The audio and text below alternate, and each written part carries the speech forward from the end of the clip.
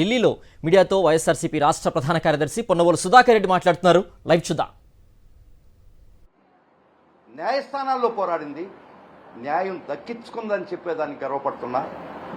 దీనికి అంతటికీ మమ్మల్ని నడిపినటువంటి మా ప్రియతమ నాయకుడు యొక్క కృషి, పట్టుదల, వారి యొక్క ఆదరాభిమానాలు నాయకుల మీద, కార్యకర్తల మీద ఈరోజు ఒక నిదర్శనంగా నిలబడింది.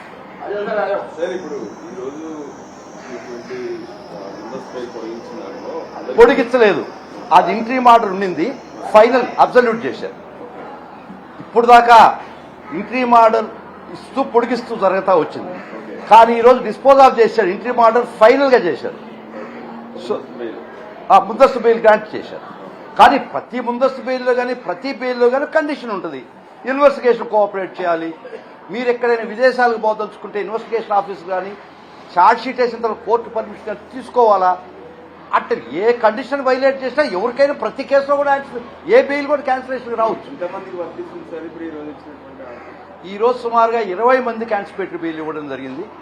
ఇది పార్టీ ఆఫీస్ మీద దాడి కేసు, తర్వాత జోగి రమేష్ గారు వారి ఇంటి మీద దాడి కేసు ఏదో చెప్పబడి ఉంది, దానిలో కూడా యాంటిసిపేటరీ బెయిల్స్ ఇవ్వడం జరిగింది.